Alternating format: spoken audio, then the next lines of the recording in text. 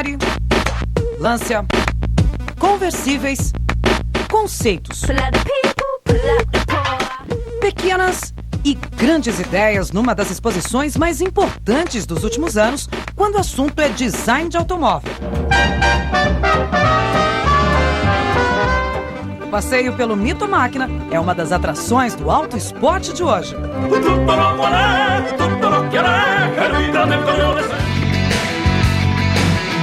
Se existe um lugar onde o automóvel é tratado como arte, esse lugar é a Itália. E a homenagem do ano aos grandes artistas de várias épocas teve como palco o Museu de Arte Moderna de Trento, no norte do país.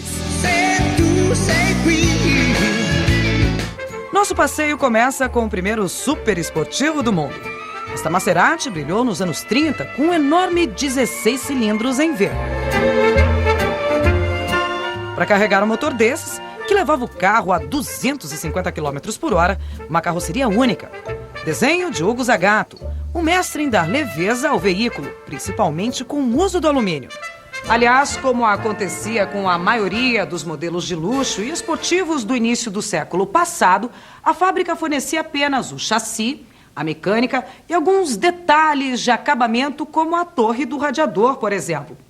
A carroceria precisava ser encomendada a artesãos que, na Itália, ganharam o nome de carrozzieri.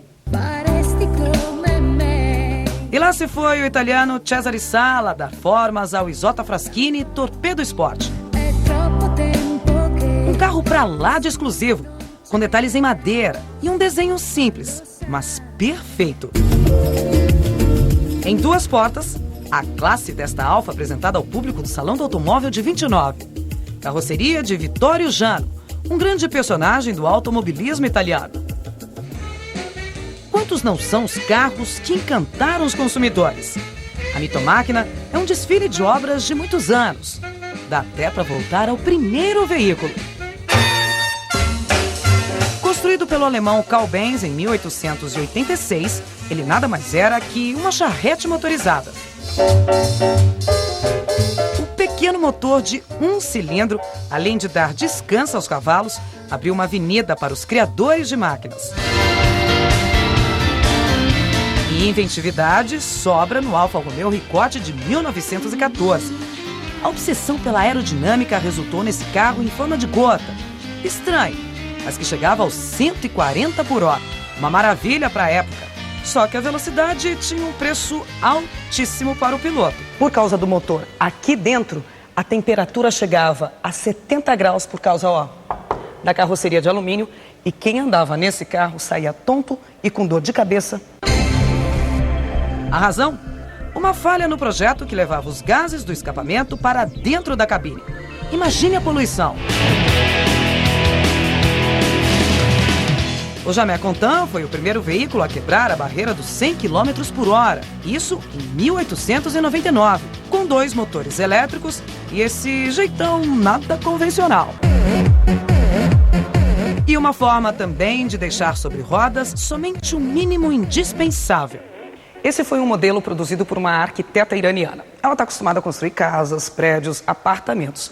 Mas ela pensou o seguinte: se fosse para ter um carro no futuro, ele seria assim, que coubesse facilmente numa vaga, ele fica em pé para estacionar, que coubessem 2 pessoas confortavelmente aqui dentro.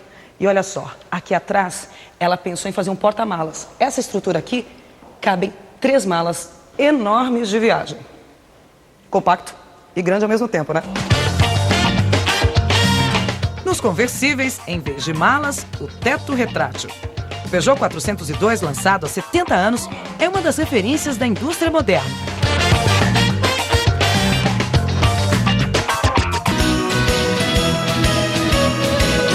Outra inspiração eterna é essa Ferrari.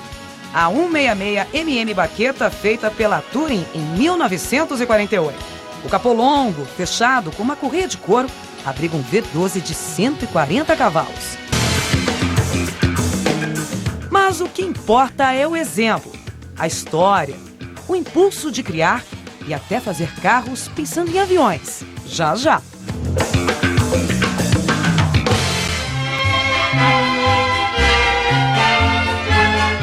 Vira e mexe Nordeste, os desenhistas de automóveis vão buscar inspiração nos aviões.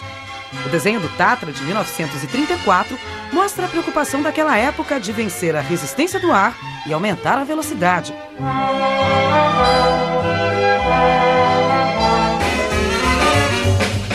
Dá uma olhada nas formas do painel de nave.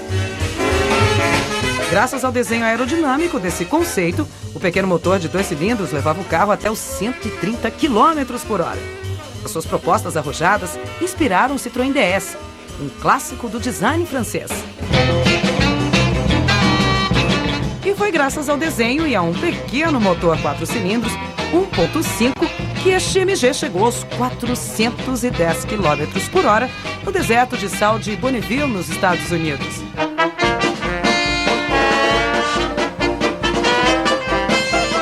A ideia de dar ao automóvel formas do avião sempre foi uma das obsessões de Gabriel Voisin.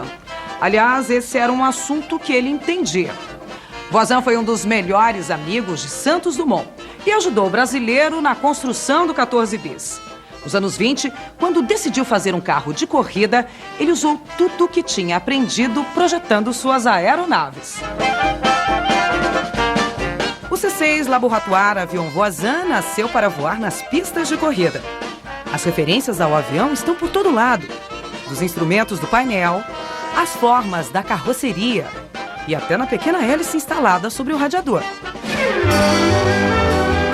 A busca pelas formas perfeitas sobre 4 rodas, seja ela com linhas suaves, afiadas e futuristas, ou elegantes e agressivas, transformam os designers de automóveis em escultores de sonhos. Alguma dúvida? Tchau!